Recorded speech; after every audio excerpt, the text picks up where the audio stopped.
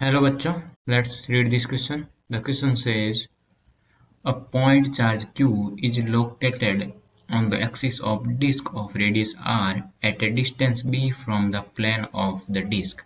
If 1/4 of the flux from the charge passes through the disk, the radius of disk is.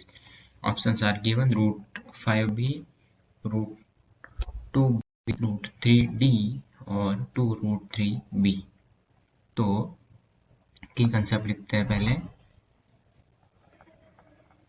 की concept और वो हो जाएगा concept of solid angle and electric flux, इन दोनों को साथ में एनालाइज करके क्वेश्चन बनाएं। तो यहाँ पे हम जो सॉलिड एंगल होता है उसे समझते हैं। तो सॉलिड एंगल जो होगा, लेट्स से ये रिंग है, थोड़ा सा सही से बना लेते हैं। तो ये जो डिस्क है वो ऐसा है एंड जो यहाँ पे पॉइंट Q चार्ज रखा हुआ है जहाँ पे, और ये डिस्टेंस है B इसके रेडियस से।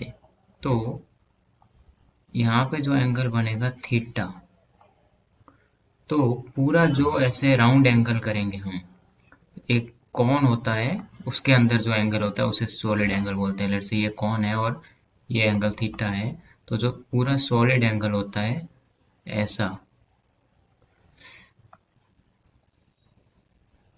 सॉलिड एंगल जो होता है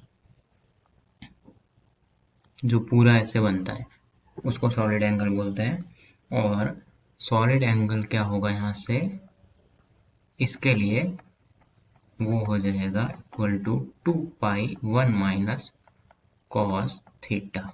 और ये क्या कह रहा है, if 1/4 of the flux from the charge passes through the disc. तो यहाँ से जो Q के कारण इलेक्ट्रिक फील्ड होगी, उसके कारण जो फ्लक्स पास हो रहा है वो 1/4 है, means 1/4 of the total solid angle.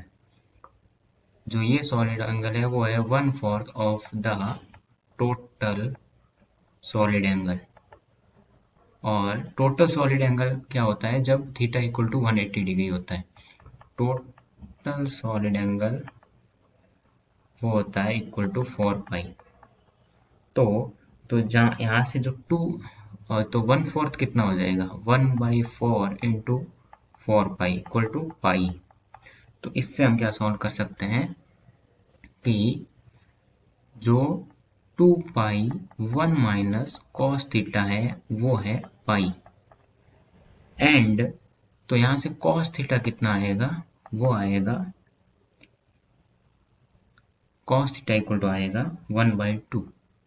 और ये कॉस थीटा क्या होगा, ये ऐसा बन रहा है एंगल, ये R है, ये B है, और ये हो जाएगा हमारा √B² प्लस R², और ये हमारा थीटा है।